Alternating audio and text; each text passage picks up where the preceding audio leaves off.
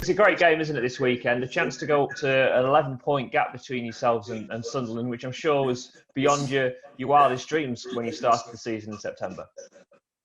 Yeah, I think so. Obviously, they've had a few issues. Well, they seem to have a few issues for many years, actually, now. From obviously the time in the Premier League and then obviously going down into the Championship and eventually getting relegated and finding themselves at the level that we find ourselves as a football club. But I think over 46 games, I do believe that, if they're not competing, certainly to go up automatically, then I do think they will be in those playoff places. I just think that the squad that they've got and the quality of players that they've got, I think, Lee's quite lucky to get that opportunity to have a squad at this level, or that type of squad at this level. And I'm sure, he'll be, rubbing his hands at the thought of the fact that he's got, 30 odd games to try and challenge and try and make sure that, the ambitions of that football club get reached. Speaking to my colleague at BBC Newcastle yesterday, he was saying that you look at the front line and you might say on paper it's a great front line, but there's a lack of mobility there. It's when you come up against a strike force like that, who can turn it on, but have not been doing it game in, game out at the moment. Is that a concern, or is that something that you look forward to facing? A little bit of both. I think you've just got to make sure the players are aware of the ability that they've got as players. But at the same time, just, recognise the fact, like you just said, that they're not in a particularly good place at this moment in time. They will click at some point. It will click. Just try and make sure it's not tomorrow. And, we've been very good out of possession. We've been very good defensively throughout the team, not just the back five. We defend from the front, and our press at times has been really good. And we're going to have to do that again tomorrow. And if we can do that again tomorrow, then obviously we can make life very, very difficult. After Tuesday's win, do you have a selection headache of the right kind this weekend?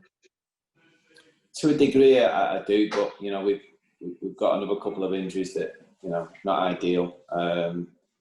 Again, tomorrow I'll be surprised if we fill the bench, which is fine. Look, at the end of the day, it's where we're at with stuff. And, there'll be clubs up and down the country in the same position. So there will be a little bit of a selection headache in a couple of areas, but not massively. You talked after the game on Tuesday about the fact that players are coming in and playing the way you want them to play, and the team has certainly moulded in a certain style. So I guess at times it doesn't matter too much how many changes you have to make, because those players can come in and fill those gaps well. Yeah, and it's key that it's massively important. It's a good sign, it's a fantastic sign when you've got a group of players who are capable of doing that. And to be fair, we're going to have to do that. We spoke probably a couple of weeks back about the amount of games that we have in December. The reality is obviously after the win the other night, it doesn't get any easier in January, and the fixtures are piling up pretty quickly. So you need players that are going to be fresh and going to be ready to come into the team, because, like I've seen and like we've seen already, there's either suspensions or probably with us, it's more injuries that we have to cope with. Are the injuries new ones picked up from Tuesday, or the players that were previously missing? Yeah, well, Conor McGrandle's obviously, come off at half time. He's struggling a little bit. I'll have a better indication this morning to see where he's at.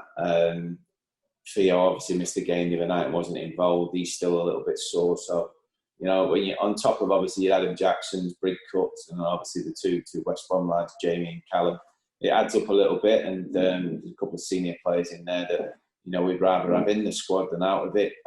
So, yeah, if we just get through this period and get as many healthy players back in the squad as possible, and then it really becomes a selection headache, which is something that all managers like. Lots of questions over Callum Morton. What's the latest on him? He's making steady progress. He is. He's doing his initial rehab at West Brom after his operation, etc. So, but there'll be a time when they hand him over towards him. We'll get that last little bit into him before he comes available.